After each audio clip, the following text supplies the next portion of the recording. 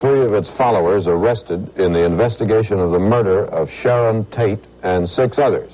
78204 Florida statute. I'll plead not guilty right now. And your Police today found 6 more bodies under the John Gacy house in Norwood Park Township near Denver. But when I tell him that I'm Chris Hansen with Dateline NBC, we're doing a story on computer predators. Police say they now have the Golden State Killer in custody.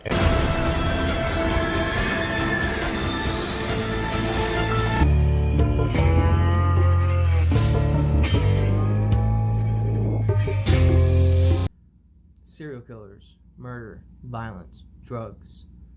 All of these sum up most or not all of today's media.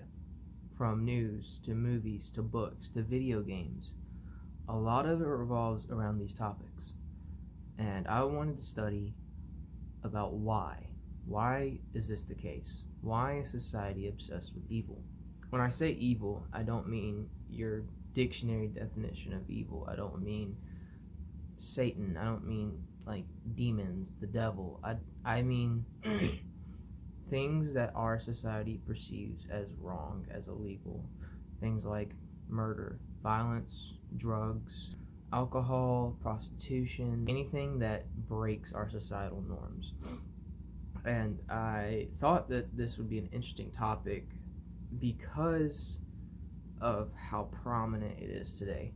In the last 10, 15 years, there's been a resurgence of interest in topics like Breaking Bad, Narcos. You have movies revolving around serial killers. You have TV shows that are mostly made up of crime, of violence, your Criminal Minds, your CSI, NCIS, Mindhunter.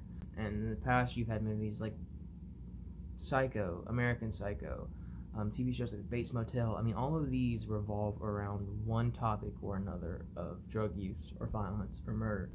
I've noticed it comes in waves in society. Looking back at the 1940s, you had this sharp rise in gang violence, gangsters, mobs, organized crime, and society ate it up. They loved the idea of the Capones and the Bugsy Siegels. They loved the Italian mob. They loved everything about it. Scared, but loved. 70s, 60s, 70s, and 80s came along, and this resurgence of obsession with the wrong. You had your hippies who loved psychedelics, marijuana. They loved drugs. They loved fighting the power. In the 70s, you had a rise in serial killers, one of the most prominent times in American history for serial killers. You had your Bundys, Ted Gacy's, Ed Kemper.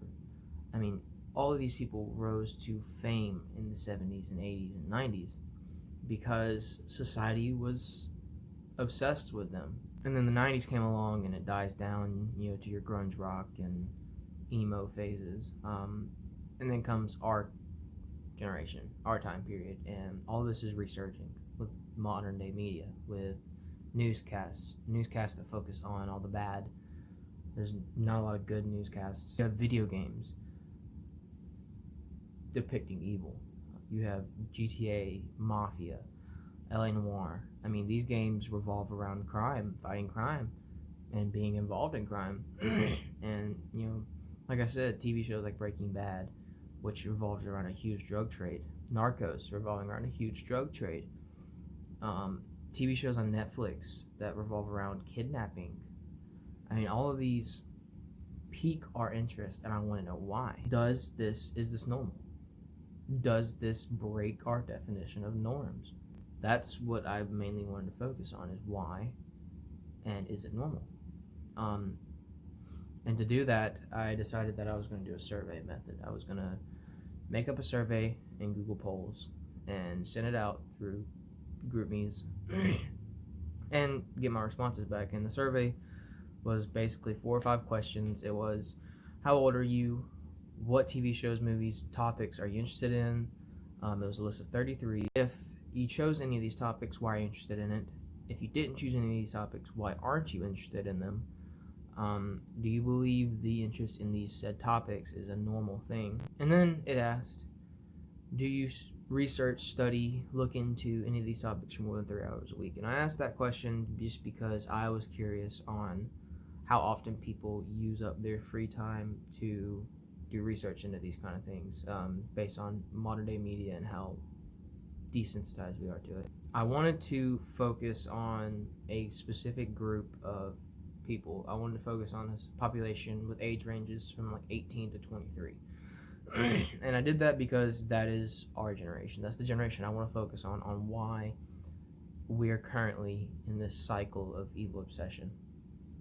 And I did that by specifically using GroupMe's designed for the classes of 2020, 2021, 2022, around those ages. And so when I got my data back, I was a bit interested on how many people chose so many topics and how many people didn't. One person chose, I believe, over 50% of the amount of things that I put in this list. When asked why they were interested in these topics, a lot of them just said, I'm interested in things that I don't have access to, because obviously you can't go around killing people or selling and doing drugs out in the open, because it's illegal and you will be arrested. So seeing this on TV, seeing this in their daily lives on a screen, gives them the opportunity to kind of live out that. So focusing on the norms question, the norms question was what I really focused on, what I really wanted to read through and understand. And a bulk majority of people reasoned that today's media and entertainment is focused so much on these topics that people have become desensitized to them. And because they become desensitized to them, it's normal for people to be interested in this stuff. We don't necessarily see it as wrong as we do, back in the 60s and 70s when there wasn't even a cuss word on television, or in our music. I mean, our music has changed today too, with the amount of cussing and references to violence and drugs that there is.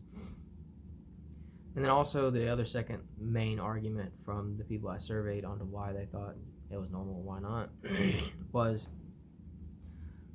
that people have an innate interest in the macabre and the things that they think are wrong. And this is solely because we don't have access to it in our daily lives. We are curious about why people are violent. We're curious about drugs. We're curious about sex. And we're curious about all these macabre topics that no one really talks about. And having that in modern media kind of expresses our interests in ways that we can't do it ourselves. Now, I did have some questions as to what data my survey brought back. Now, I want to know